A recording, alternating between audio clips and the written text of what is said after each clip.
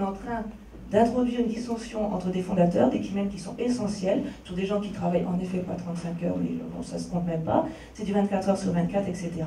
Donc quand on regarde ça, on se dit, mais ce 10%, enfin je ne sais pas d'où il sort, en effet, il faut mettre des chiffres peut-être simples, mais il est complètement déconnecté de la réalité, en tout cas sur les sciences de la vie.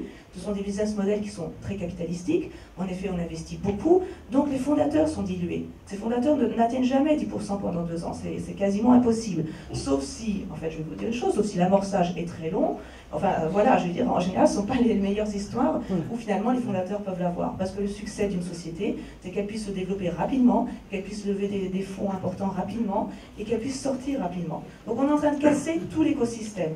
Et moi, je le vis, en effet, je suis extérieure de ça, mais je le vis par tous mes entrepreneurs qui sont désespérés. Et parmi tous ces entrepreneurs qui sont en dessous des 10%, j'en ai qui reviennent de la Silicon Valley. C'était génial de les accueillir il y a quelques années. Aujourd'hui, je pense qu'ils ne feraient plus ce pas-là. Et je pense qu'ils ne vont pas dire à leurs copains de revenir vers eux, installer leur dernière start-up en France.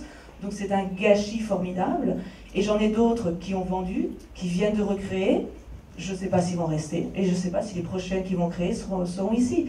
Donc, on a oublié, c'est effectivement, sur les sciences de la vie, c'est un business model qui est certainement plus touché que d'autres secteurs, mais c'est là où on se rend compte qu'un chiffre comme ça dogmatique ne marche pas, est complètement déconnecté. Que ce soit déjà les entrepreneurs qui reviennent de pays étrangers ou qui sont maintenant des serial entrepreneurs parce qu'il y a eu plusieurs succès, les entrepreneurs qui deviennent des business angels, ces réseaux business angels qui se sont mis en place au cours des dernières années. Donc, il y a eu des choses, je trouve, extrêmement positives. On a très bien, je trouve, résisté à la crise justement 2008 par rapport aux autres pays étrangers. Moi, j'ai un deal flow avec un nombre de dossiers allemands, suisses, mais enfin vraiment venant d'Europe, cherchant des financements, parce que la chaîne de financement s'est effondrée beaucoup plus tôt là-bas que chez nous.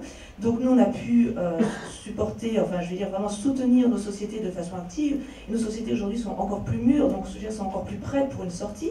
Et au moment où elles sont le plus prêtes pour une sortie, en effet, c'est là où la sanction arrive. Tout ce travail effectué au cours des dernières années qui n'a pas été facile.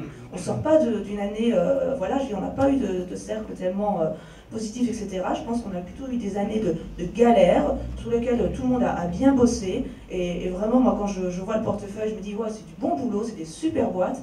Et ces gens-là, ils vont vendre certainement en 2013-2014, et boum, la sanction derrière. C'est assez dur quand même, alors qu'il y a des choses mais extrêmement positives en France. Donc ce qui est dommage, c'est que voilà, c'est qu'on est en train de casser une sorte de rythme qui a pris du temps, parce que ça met énormément de temps à se construire. Il faut 15 ans.